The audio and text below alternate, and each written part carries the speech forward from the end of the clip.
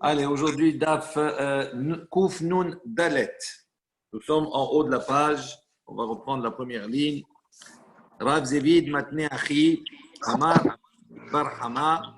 Donc, Rav Zevid, on va voir qu'il va avoir une autre lecture. Il va enseigner l'enseignement qu'on a vu précédemment à propos de Rami Bar Hama d'une manière un petit peu différente. Amehamer Ahar Behema Beshabbat. Donc, celui qui va effectivement conduire son animal pendant Shabbat. Beshogeg, s'il l'a conduit d'une manière involontaire, et non Hayab Hatat, il n'est pas condamné à porter un korban Hatat. Bemezid, en revanche, s'il l'a conduit d'une manière volontaire, Hayab Skila, il est condamné à un Skila, la lapidation. Il dit pourquoi donc il pense comme ça?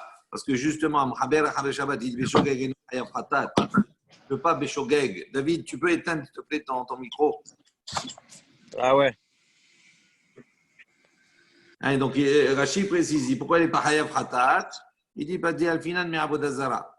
Il dit, parce qu'on apprend le Shogeg et le Hatat, on l'apprend de la Abodazara. Et comme là-bas, la Abodazara, il faut qu'il y ait un acte qui soit fait par la personne elle-même. Donc, on est Hayab d'apporter un Korban Hatat dans le cas de Shogeg, d'une manière par inadvertance, uniquement dans le cas où on a fait un acte, ce qui n'est pas le cas ici. Tandis que Hayab, il dit, s'il a fait Bemezid, il est Hayab ce qu'il a. Pourquoi Rachid dit comme la même chose, mais comme on a rapproché hier, on a dit le pasouk, où c'est marqué l'ota c'est kol melacha, ata ou bhemtecha, toi et ton animal. Et on a fait le ekej, le rapprochement entre ata, entre lui, la personne, et la behema. De la même manière que la personne, elle, si elle fait l'acte, elle volontairement, elle est chayav ce qu'il a. La même chose si elle fait faire par son animal, la même chose, elle est chayav ce qu'il a. Donc, Metiv Rava, il a objecté.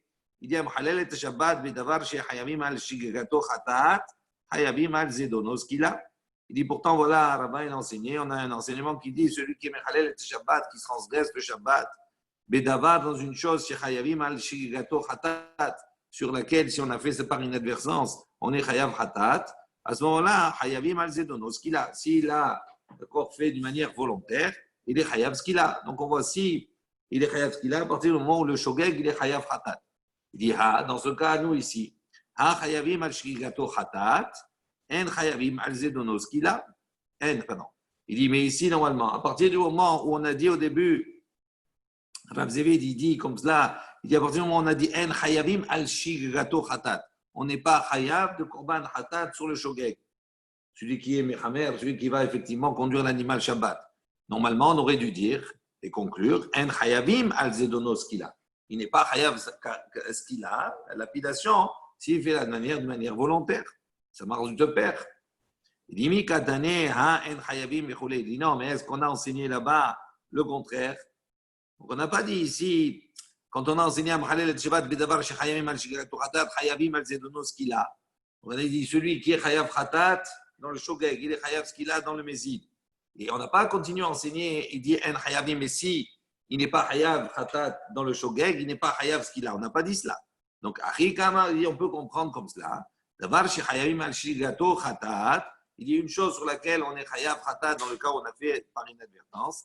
Hayavim al Zedono, Karet, d'une manière générale, on est Hayav également sur le Zadon, c'est-à-dire sur l'action volontaire. On est Hayav ce qu'il a, de porter, d'être lapidé. En revanche, Yesh Davar, mais au-delà de ce principe de base, Yesh Davar, il y a des choses. Il y a des cas où effectivement on n'est pas Hayav Hatat, même sur le Shogeg, mais Hayavim al Zedono Karet. Et malgré qu'on ne soit pas Hayav Hatat sur le Shogeg, on est quand même Hayav Skina sur le Zadon, sur l'action. Il dit Umaynihu, quel est ce cas-là, on va dire, qui sort de la règle générale? Dit Mehamer, celui qui effectivement va conduire son animal pendant Shabbat. Rava, Ahua de Rav Mari Barachel. Havua de Rav Mari Barachel.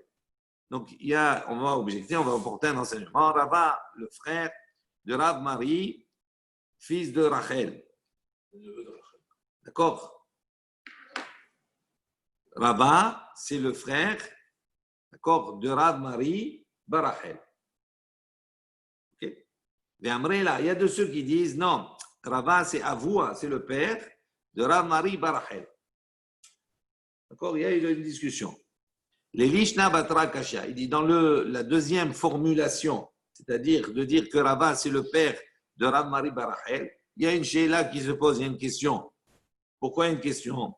Parce qu'on voit que Rav, Hakshari le Rav Mari Barachel, il a donc déclaré apte Rav Mari Barachel pour manier pour C de Babel. Et il l'a nommé en tant qu'officier ou que policier à Babel. Il y a toute une histoire concernant Rav Mari Barachel. Rav Mari, on voit qu'on l'appelle au nom de sa mère, Rachel. Il dit parce que son père, d'accord, il n'était pas juif. D'accord, il s'est converti. Et donc, il y a un principe comme cela que normalement, tous les postes à responsabilité ne peuvent être donnés qu'à ceux qui viennent du Ham Israël directement. Et donc, le fait ici que Rav est nommé, d'accord, il est nommé officier, ça veut dire que lui, il pense qu'à partir du moment où sa mère, elle était juive, donc ça suffisait pour l'inclure dans le Ham Israël d'une manière totale, même s'il a un père qui était converti après par la suite. Donc ça, c'était, on va dire, une parenthèse ici. Donc ici, pourquoi avoua? Donc sur la deuxième partie, le deuxième langage, on ne dit pas que c'est le père, parce que son père, il ne s'appelait pas comme ça. Rachid, il rapporte un peu toute l'histoire. Je vous invite à lire ce passage qui est intéressant. C'est Rava, c'est pas Rav. Non.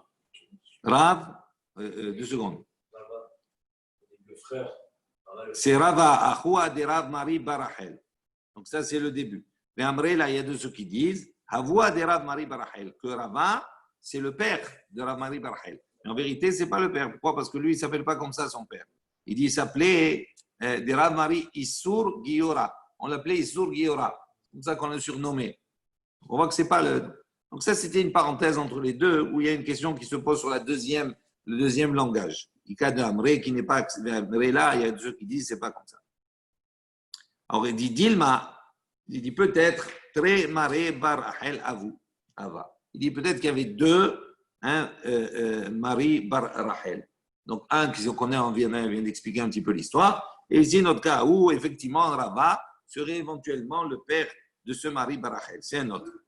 Maintenant là, les Hasham Ate Mishmei de Rabbi Yohanan. Donc il a enseigné cet halakha qu'on a vu précédemment, etc. Au nom devant Mishmei de Rabbi Yohanan, au nom de Rabbi Yohanan. L'iftor, on voit que lui, Rabbi Yohanan, il a acquitté dans tous les points. C'est-à-dire celui qui va maintenant conduire pendant Shabbat cet animal-là, selon Rabbi Yohanan, l'iftor. Qu'est-ce que ça veut dire? Amar Rabbi Yohanan, il a enseigné. Si quelqu'un donc qui conduit son animal pendant Shabbat, Patour Mikloum, il est dispensé de tout. Beshogeg lo mechayev khatat. Ils disent Beshogeg, s'il a fait par inadvertance, il n'est pas hayab d'apporter korban khatat. Pourquoi? Donc parce qu'on a vu que toute la Torah, concernant le korban khatat de Shogeg, on a fait un Ekesh, on a rapproché toute la Torah avec la Avodah Zara. Donc c'est pour ça qu'il n'est pas hayab khatat. Également, Rabbi Yohanan il pense que même s'il a fait volontairement, il n'est pas hayab. Pourquoi? Ditnan, on a enseigné Amhalel et Shabbat bedavar shechayavim al shigato khatat ve'al zedono skila. Il dit donc parce qu'on a une Mishnah qui enseigne celui qui mehalel et Shabbat qui s'endresse le Shabbat dans une chose shechayavim al shigato khatat, si on l'avait fait par inadvertance, on aurait été chayav khatat ve'al zedono skila. Et donc si on le fait d'accord d'une manière volontaire, on est chayav skila. Il dit dans notre cas nous pour Rabbi Yochanan on a vu qu'il n'est pas chayav khatat sur le shogeg. Donc, en chayavim al zidono skila. Donc, il n'est pas chayav sur le zadon, sur l'aspect, on va dire, dans le cas où il a fait volontairement, de ce qu'il a. Belav, donc on a éliminé pour Rabbi Yochanan, il démontre qu'il n'est pas tour, non seulement du chayav korban khatat, il n'est pas tour également de ce qu'il a dans le cas où il est mézid. Belav namé l'omechayev. Il dit même dans l'ave, c'est-à-dire d'être frappé, de recevoir ma côte, il n'est pas tour également. De aval et l'ave, shnitan le hazarat mitat beddin. Il dit pourquoi? Parce que ce kol melacha, l'otasim melacha, etc., ta ou même ticha, etc. Il dit ça c'est un lave, c'est un commandement négatif. Shnitan le hazarat mitat beddin, qui a été donné en tant que hazara, que avertissement pour la mort d'un beddin. Donc il dit un lave qui sert d'accord, pour avertir de la peine. On ne peut pas l'utiliser à ce moment-là pour dire qu'il est khayab de malkot.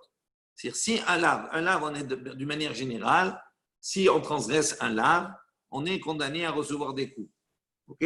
On va voir après dans la Sechet Makot. On va recevoir des coups. Il dit maintenant, ça c'est un commandement négatif d'ordre général. Mais si le commandement négatif, il est apporté pour avertir la personne, d'accord, qu'il va avoir une sanction de mita, à ce moment-là, le lave là, il ne prend plus le statut d'un lave comme les autres, et donc on ne peut pas le frapper. Donc c'est-à-dire qu'il y a dans la procédure toujours une hazara, d'accord, il y a un avertissement, on avertit la personne que si elle transgresse ça et ça et ça, elle va avoir une sanction. Et après, il y a la sanction. Le onesh, c'est quoi? C'est le fait d'être chayav mita. Donc, il dit comme ça, tout lav shenitan la hazarat mitat beddin, bechol lav shenitan la hazarat beddin, en lokin alav. Il y a un principe. Tout lav qui est donné, d'accord, comme avertissement de la sanction de mita par un beddin, par un tribunal, à ce moment-là, il ne peut pas être frappé sur cela. Et donc, c'est pour ça que Rabbi Yochanan, il a développé tous les cas. Et il a dit, dans tous les cas, celui qui est mehamer behemto, celui qui va maintenant conduire son animal pendant Shabbat, il est patour les gamrés de tout. Il dit, va filou les man de amar lokin. Il dit, même, tu peux aller même dans le sens de ceux qui pensent que, même si c'est un lave qui a été donné pour avertir de la sanction d'un beddin de mita, il y a de ceux qui pensent, malgré ça, lokin. Ce lave, il a une valeur et il peut être frappé. Alors, il dit, même selon cette opinion-là, il dit, même pour eux, on peut expliquer. Normalement, le passouk de la Torah aurait dû écrire, tu ne feras pas tout travail, et ton animal. Il dit, ata lamali, pourquoi on a besoin de rajouter ata uvhemtecha? Toi et ton animal. Toi, le toi, il est en plus. Le ata, il est en plus. Donc, pourquoi on a besoin de préciser toi et ton animal? Il dit la mali. Donc, ce ata, pour quelle raison il est venu? Il dit hu ni hu de mechayev, behemto lo mechayev. Il est venu pour préciser ata, toi, tu es chayav, mais behemtecha, mais ton animal, tu es pas chayav sur cet animal-là. Donc, il dit même si, pour ceux qui pensent qu'on est loqué, on voit qu'il s'appuie sur le pasouk pour démontrer qu'en fin de compte, dans ce cas-là précisément, il n'est pas loqué. Ensuite, on revient à la Mishnah, on avait dit Igia la Hatzer Achitzona. Donc, quand il arrive dans la cour intérieure de la ville, donc il arrive dans la périphérie de la ville, il rentre dans la ville déjà, il dit à ce moment-là, il peut décharger, on a vu qu'on va reprendre cela. Amar Ravuna, il a dit Haïta behemto te'una kelis ruchit, mevi karim uksatot umaniach tartea. Donc, Ravuna, il a dit si maintenant sa behema, son animal, était chargé de kelis ruchit, d'ustensiles en verre. Donc, kelim, c'est des ustensiles. Mais vi karim, on dit à ce moment-là, on apporte karim uksatot, des coussins, des traversins, des coussins, ou meniach tartea, et on pose là au-dessous de cette charge-là de l'animal, ou matir à havalin, be'asakin noflin. Et donc, à ce moment-là, il détache les sacs, la corde, pardon, et les sacs qui tombent sur ces coussins-là pour ne pas que le verre se brise. Il dit, il dit, pourquoi il a besoin de faire comme cela? Il dit, voilà, on a enseigné déjà que quand il arrive avec la BMA dedans, dans la ville, il peut à ce moment-là prendre les kélim qui peuvent être utilisés pendant Shabbat. Donc, s'il y a des verres, par exemple, ce sont des kélim. Donc, est-ce que le Shabbat, il peut les déplacer? Il a le droit. Donc, pourquoi il a besoin d'apporter des coussins, etc., de mettre dessous, de détacher la corde pour faire tomber les sacs? Il n'a qu'à prendre directement les kélim, les kélis rouchit, ils ne sont pas mouxés. Kikama Ravuna, Bekarne de Umna, de la Haziale. Il dit non, lorsque Ravuna il parle ici kélim, des ustensiles en verre, il parle Bekarne de Umna. Il parle de ces pipettes, on va dire, qui étaient utilisées pour les saigner. Et donc, quand elles ont utilisées pour les saigner, ce sont des kélim, mais comme elles ont encore là-bas, c'est un peu maous, c'est un peu dégoûtant, etc. Tout cela, donc c'est quelque chose qui devient mouktsé. Il dit donc on ne peut pas les déplacer pendant Shabbat. Donc c'est pour ça qu'il a dit on défait la corde de manière à laisser tomber les sacs. On ne peut pas les toucher, c'est mouktsé. Il dit il dit mais comment il peut faire comme cela? S'il porte les coussins maintenant, le coussin c'est un kéli qui a une fonction. Si je le porte et je fais tomber dessus ces pipettes-là de saignée dessus. Je fais tomber dessus. Une fois que c'est tombé dessus, le coussin, je ne peux plus le déplacer. Pourquoi? Parce qu'il y a un objet mouxé qui est dessus.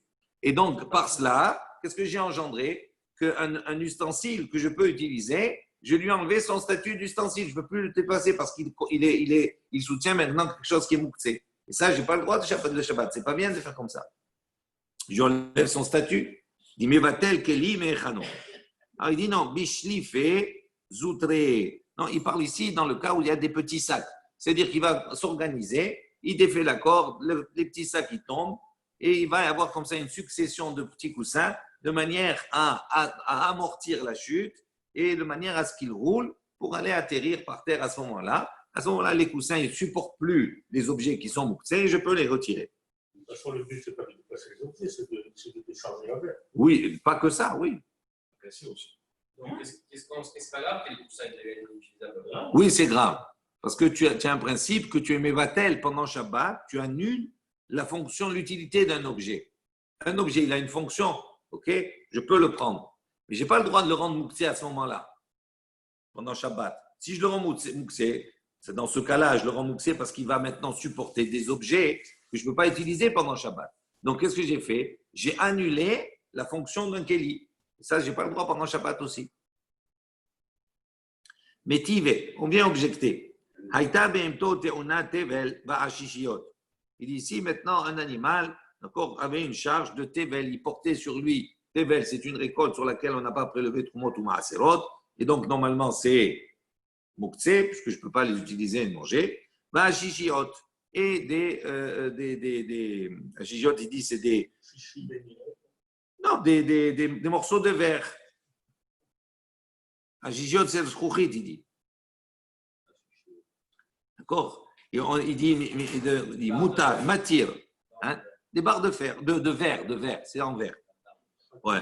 Matir et tahavalim, il dit à ce moment-là, il défait les corps, ve'asakin noflin, et les sacs, ils tombent de même, ve'afalpi chez mishtaberin. Il dit, même si à la suite de cela, les barres de verre, ils vont se casser. Alors, on dit, on ne comprend pas. Toi, tu m'as dit précédemment que il faut mettre des coussins pour atténuer le choc, etc., tout cela pour ne pas qu'il se casse. Et ici, on nous dit quoi? Non, tu peux y aller, défais les cordes, le sac il tombe, et même si le verre il se casse, il se casse. Le khashouf, c'est pas grave. Il dit pourquoi? Il dit Atam, il dit non, là-bas, bekulsa. Il dit Rachid, il dit c'est quoi kulsa? Chatichot rechavot shel sruchit she'enam kenim. Il dit c'est pas la même chose. Quand on dit ashishiot ici, on parle de kulsa. Kulsa, c'est quoi? C'est des barres effectivement de verre qui, eux, donc, vont être utilisés pour construire autre chose, mais qui n'ont pas un statut de keli, n'ont pas un statut d'ustensile. D'accord? Des plaques de verre. Donc, ça n'a pas un statut de keli. Donc, dans le premier cas, pourquoi on permet etc. Parce que c'est un keli. Okay? Mais comme c'est un keli qui est mouxé parce qu'il a été utilisé pour faire une saignée, donc on ne peut pas le prendre. Mais c'est pour ça on peut prendre les coussins, etc. Il dit, tandis que ici, ce n'est pas un keli. Donc, ça... D'accord, c'est la matière première. Donc, ça veut dire même si ça se casse, ça se casse. Il dit, Dikaname, on peut voir ici même également. Non, c'est pas, il y a l'Avera de quoi? Mais non, l'Avera de détruire, c'est dans l'idée de construire avec. Il y a une condition. Tu ne détruis pas pour détruire. Si tu dis pour détruire, ce n'est pas une Avera, ce n'est pas une Melachat Shabbat. D'accord? Donc, c'est Almenat, hein, c'est la condition de. Donc, il dit Kaname. On voit également dans notre Mishnah qu'on va dans ce sens. Pourquoi? Des Katané, Domia des Tevel. Non, pas dans notre Mishnah, dans cette Baraïta. On nous dit, on a rapporté Tevel et Hashishiot. D'accord? Le Tevel et Hashishiot, on les a rapportés un à côté de l'autre. Pourquoi? Il dit Domia des Tevel. Parce que ce Hashishiot, cette barre de verre, elle ressemble au Tevel. Ma Tevel de l'Ochazélé, il dit de la même manière que le Tevel. En vérité, c'est quelque chose qu'on ne peut pas utiliser. Pourquoi? Parce que c'est une récolte sur laquelle on n'a pas prélevé Trumot ou Maaserot, donc ce n'est pas consommable. Il dit Afacha, même les Hashishiot, on parle de verre, ce n'est pas un keli, c'est quelque chose qui est autre chose que keli, que je ne peux pas donc utiliser comme il est pendant Shabbat. Il dit pourquoi on a besoin de préciser, même si ça se casse? Il dit Maoud et Tema, qu'est-ce que tu aurais pu dire? Les fsed mu'at namir hasheshu. Il dit parce qu'on aurait pu penser que même lorsqu'il y a un petit hefsed, il y a une petite perte. D'accord? C'est des morceaux de verre. Ils sont cassés, ok? On aurait pu penser que si c'est une petite, même pour une petite perte d'argent, Hacheshou, les Chaïm, ils ont eu crainte de cela. Et donc, ils vont te permettre, à ce moment-là, de prendre des coussins, etc. Tout cela. Il dit Kavashmalan que non. Il dit à partir du moment où il y a même s'il y a une petite perte d'argent, les Chaïm, ils n'ont pas craint sur cela. Tanya Rabbi Shimon ben Yochai Omer. Donc, il y a une baraïta, Rabbi Shimon ben Yochai dit Haïta ve'emto te'una shliv shel tvoua. Il dit si maintenant, son animal est chargé de sacs de tevoua, de récolte, sur laquelle on n'a pas prélevé trumot ou maaserot, maniach rosho tartea, ou mesalko letzad acher, vehu nofel me'elav. Il dit à ce moment-là, comment il fait? S'il veut décharger l'animal pour ne pas le faire souffrir, etc. Il dit, maniach rosho, il met sa tête tartea sous ce sac-là, ou mesalko, il va soulever letzad acher, il va soulever comme ça en arrière, il va faire tomber le sac de lui-même. Donc, c'est une manière détournée de décharger l'animal sans toucher directement et déplacer l'objet avec ses mains comme d'habitude. Pourquoi? Parce que c'est mouxé. Chamoro chez Rabban Gamliel, on raconte que le chamor, l'âne de Rabban Gamliel, haïta teuna de vache, donc il était chargé de miel. Velo ratza le forka, et Rabban Gamliel n'a pas voulu le décharger, al motzaï Shabbat jusqu'à la fin du Shabbat. Et motzaï Shabbat, meta. À la fin du Shabbat, son âne il est mort. Il dit, notnim kelim anitalin. Il dit, mais pourquoi il n'a pas voulu décharger? Nous, on a enseigné qu'on a le droit de prendre les choses que l'on peut utiliser pendant Shabbat. Donc, le miel, c'est une nourriture, c'est pas mouxé, donc on peut l'utiliser. Pourquoi il n'a pas déchargé? Il dit, non, ici, on parle de miel, d'accord, qui s'est, c'est-à-dire, il s'est gâté, c'est-à-dire, il est devenu mauvais, donc il est plus consommable. À partir du moment où c'est plus consommable, à ce moment-là, donc ça devient mouxé. Donc c'est pour ça qu'il a fait comme ça. Il n'a pas voulu le faire. Attends. Non, c'est. Alors oui, très bien. Donc idvish les maï hazé. Il dit si c'est du miel qui n'est pas consommable, qui est gâté, pourquoi il a besoin? Il est consommable. Pourquoi il le transporte? Donc s'il le transporte, ça veut dire qu'il a besoin de ce miel. En quelles circonstances? Il dit oui. Liktita des gamlés. Il dit ce miel-là, en vérité, quand il a ce statut-là, il peut être utilisé. Ktita, c'est pour les plaies, etc., des chameaux. Toutes les blessures des chameaux, il mettait le miel là-bas, ça avait un aspect thérapeutique pour les chameaux. Donc, on ne peut pas le consommer, donc pour cela, il est mouxé. Veyatir, havalim, veipelu, sakin.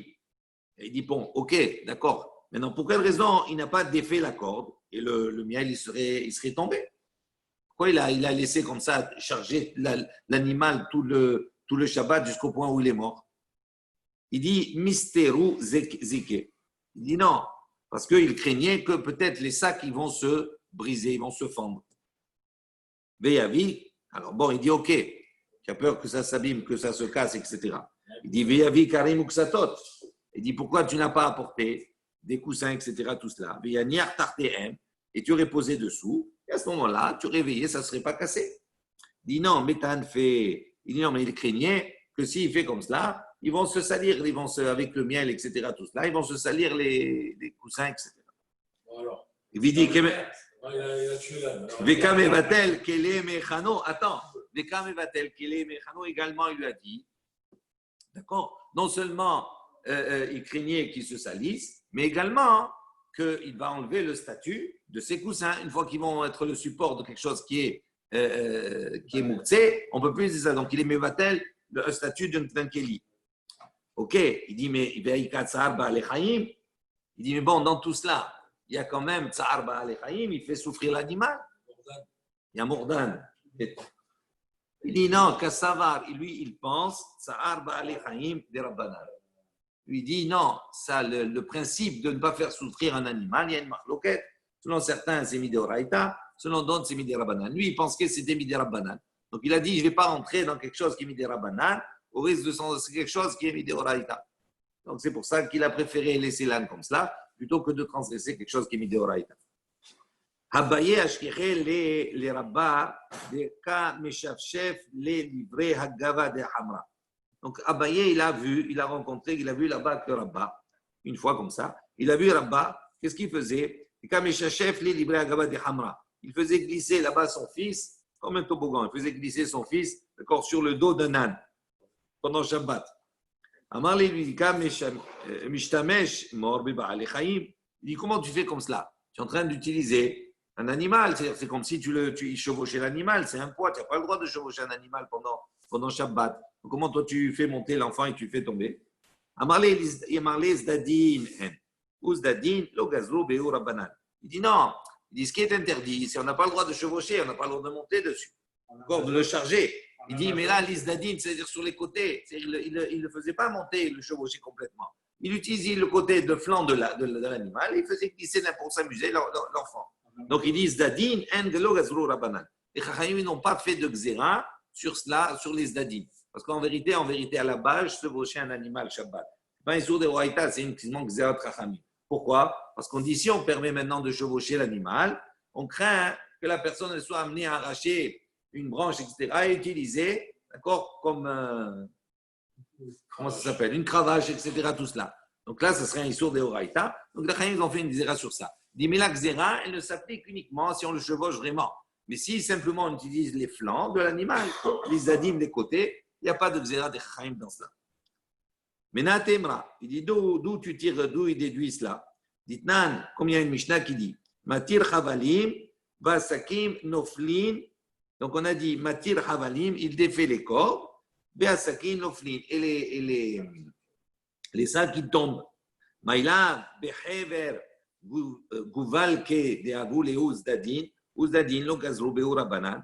Donc il dit, est-ce que ici, on permet donc de faire tomber les sacs comme cela? Il dit, est-ce qu'on ne parle pas ici de Hever Gouvalke? Un Hever Gouvalke, il dit, sont des sacoches qui sont comme cela attachées. D'avoue les Uzdadin, ils sont sur les flancs. Uzdadin, lo gazro beu rabanan. Donc quand on détache, ça tombe sur les flancs comme ça. Et donc les Chaim, ils n'ont pas décrété sur les flancs. Ça veut dire qu'il n'a pas besoin presque de monter sur l'animal pour détacher ces cordes-là.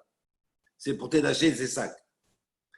Il dit l'eau, on ne voit pas, il dit l'eau behever hagu agalvaki de la havuz dadin. Il dit non, on parle ici de sacoches qui sont attachées avec des sangles, avec des anneaux, etc.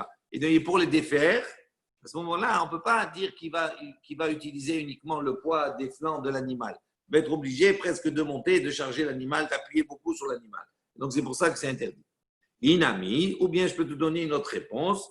Belerta, c'est-à-dire c'est les tas qui étaient liés avec des pinces, avec des crochets. Et Tivé, on vient objecter.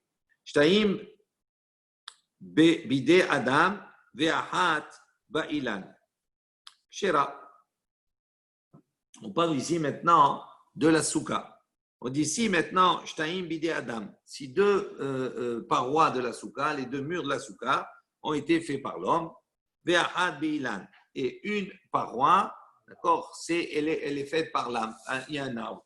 Donc, il y a un arbre qui va former, l'arbre il va former une paroi, et les deux autres parois, elles ont été faites par l'homme. Donc il y a trois parois. Donc il dit kshera, la souka elle est kshera.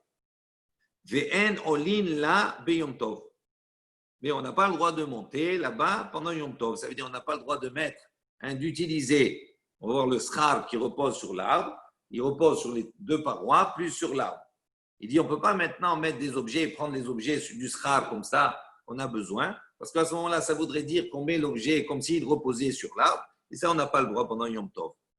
Il dit, Maïla, de Chagbe Beilan, de Avoule, Zdadin, ou Zdadin Asurin. Il dit, est-ce qu'on ne parle pas ici dans le cas de Chagbe Beilan, c'est-à-dire que c'est quelque chose qui s'appuie comme ça sur l'arbre, et il dit, de Avoule, Zdadin, en vérité, ce n'est pas sur l'arbre directement, c'est sur les côtés. Et voit pourtant qu'est-ce qu'on a dit, Zdadin Asurin, on a dit, c'est interdit.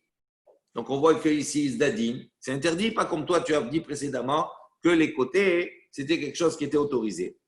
Dit l'eau, déchafié, la ilan, ve'anach sikour illave. Alors, juste un petit instant. Voilà.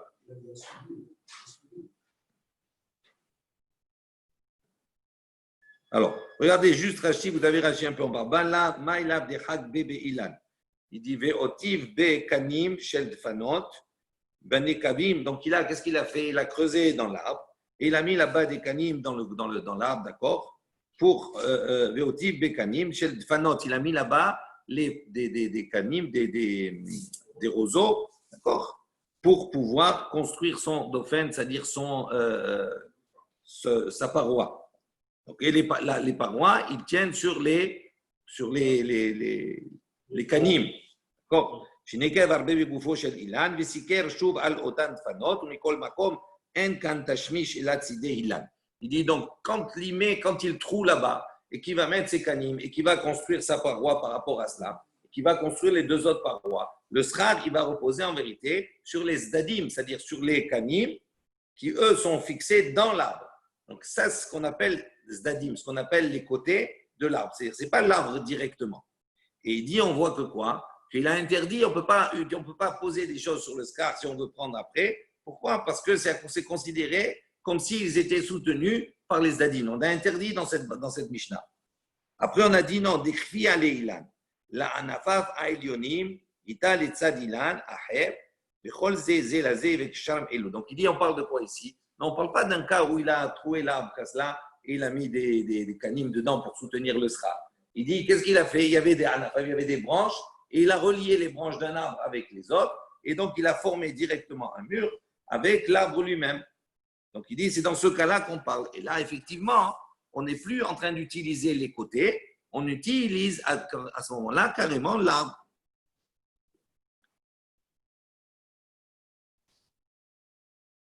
Je reprends, il dit des kamashmesh ba'ilan. Et à ce moment-là, c'est considéré comme s'il était en train d'utiliser l'arbre. Yahid, ici, c'est comme ça. Et Masefa, donc on voit la fin ici de la Mishnah. C'est la marqué là-bas. Shalosh bide Adam. Si maintenant la personne, elle a fait 3 parois, les 3 parois ont été la construction d'un homme. Be'achad be'ilan. Et la 4e paroi, elle est liée à l'arbre. Shira, il a dit, c'est kasher. Be'olin la be'yom tov. Il peut à ce moment-là, pendant Yom Tov, monter dessus, c'est-à-dire mettre des choses dessus.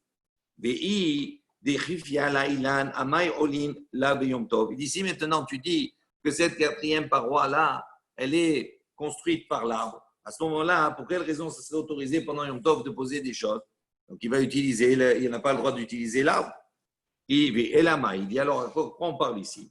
Zdadin, hasurin, donc on est obligé de dire ici, on ne parle pas de ce cas-là, mais on parle dans le cas où les parois, les côtés, il s'est construit de telle manière où les zdadim, les côtés, ils sont interdits. Il dit, sauf, amay olin la beyom tov. Il dit, mais en fin de compte, pour quelle raison, olim la beyom tov, on va mettre des choses dessus pendant Yom Tov. Et là, atam, big vaza, parsancha.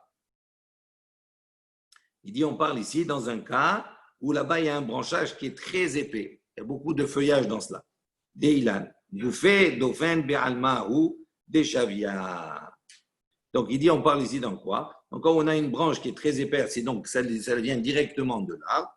Et à ce moment-là, c'est bouffé, dauphin. La paroi, c'est véritablement la partie de l'arbre, de manière générale. Et deshavia, ça, c'est interdit. Il dit, kaname. Il dit, on voit ici dans notre Mishnah, on peut être médaillé avec le même enseignement. Des katané, quand on a enseigné ici là-bas, zéaklal, on dit voici dans la suite, après il a apporté un clan de la règle. Kol elu genital ha'ilan, veyechol ala amod, olim lam biyom tov. Shmamina. Il dit quoi? Le clan, il est quoi? Il dit Kol elu genital ha'ilan. Donc si maintenant, on va enlever une paroi, si on enlève l'arbre plutôt, si on enlève l'arbre, d'accord? Veyechol ala amod, à ce moment-là, la souka, elle peut tenir toute seule. Donc à ce moment-là, on entend d'ici qu'on peut mettre dessus. Donc ça veut dire quand l'arbre, il joue un rôle sur le schar, etc., sur l'ensemble de la structure, à ce moment-là, même si tu mets dessus, d'accord, c'est considéré comme si tu mettais sur l'arbre et c'est interdit. Si maintenant j'enlève cette paroi-là qui est l'arbre, d'accord, et que le reste, la structure tient, à ce moment-là, c'est permis. Lema qui est Tanaï, il dit, on peut dire que c'est une marloquette Tanaïm également. En olim la beyom tov.